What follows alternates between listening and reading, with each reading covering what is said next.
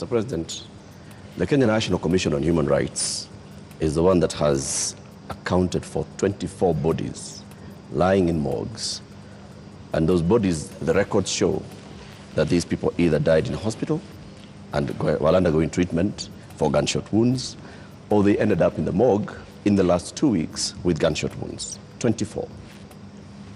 These 24, Mr. President, are you saying that the security agencies have told you that these 24 were criminals, that these 24 were armed, they were posing a danger to the police officers, and that is what necessitated the police to use live bullets on them? Because the circumstances for the police officer to use a live bullet is clear, even in their own code of operations. It is when the life of that police officer is in danger, or when somebody else's life is clearly in danger, and the person who's endangering that person is armed. Were the 24 armed? Did they pose a danger, a direct threat to the police? Two things. The same Kenya Human Rights Commission. Kenya National Commission. Kenya National Commission. The government agency. Yeah, the government agency. Yes.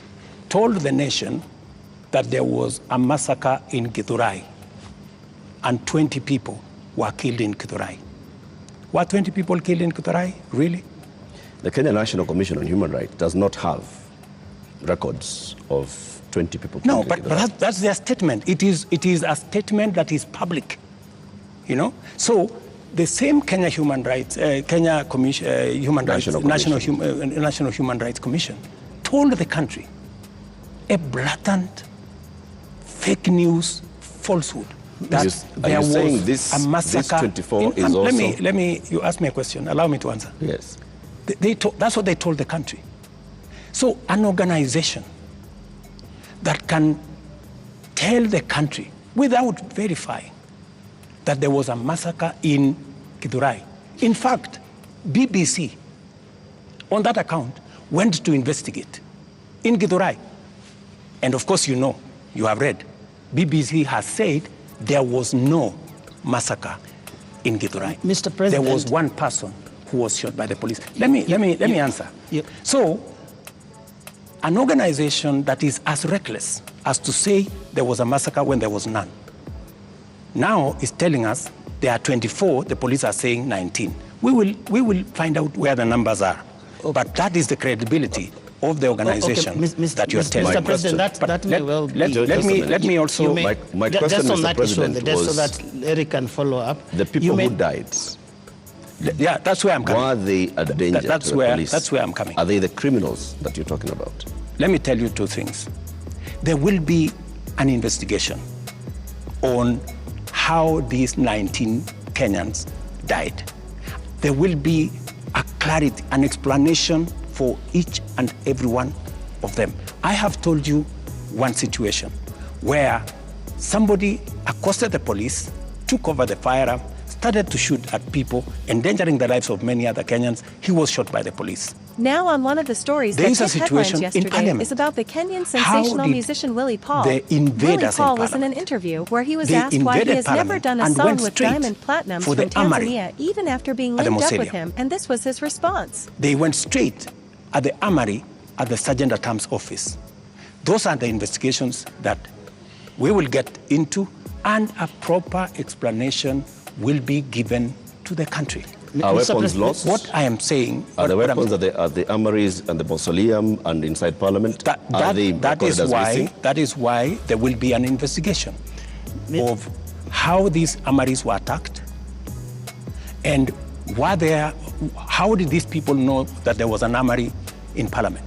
Mr. President, you may not believe the Kenya National Commission on Human Rights, but surely you would believe your own deputy who has said there's been a return to extrajudicial killings and abductions, contrary to what you and him promised the people of Kenya.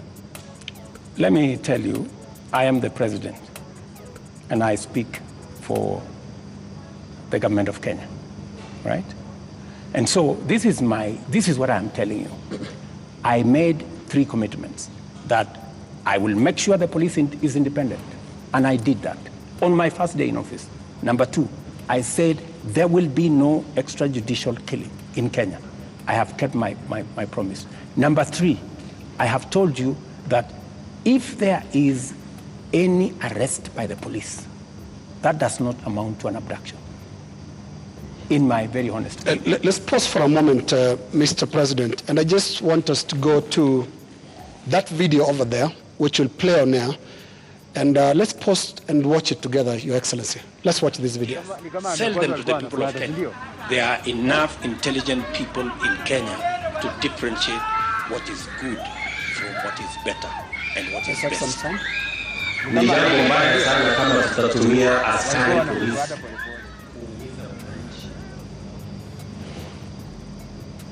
Wako na maoni tofauti ya kisiasa. Waeleza ya kwamba these people don't understand the damage they are doing to the people and the economy of Kenya. All right. All right.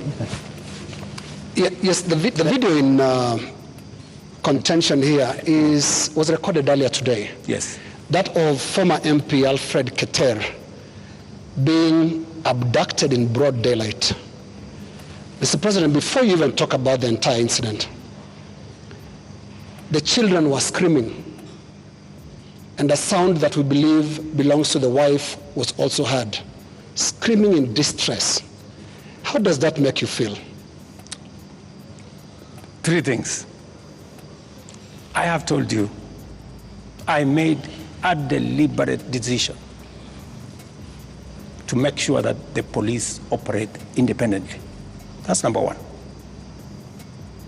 Number two, I have told you, if the police summon Linus Kaikai, and Linus Kaikai refuses to go to the police, are the police not entitled to come and look for you? When the police come to arrest you after they have summoned you and you didn't show up, is that an abduction? So let's have this as a confirmation that no, I'm just asking you. Let's have this as a confirmation, Your Excellency, that Alfred Keter was summoned by police. He refused to the police have issued a summons. statement.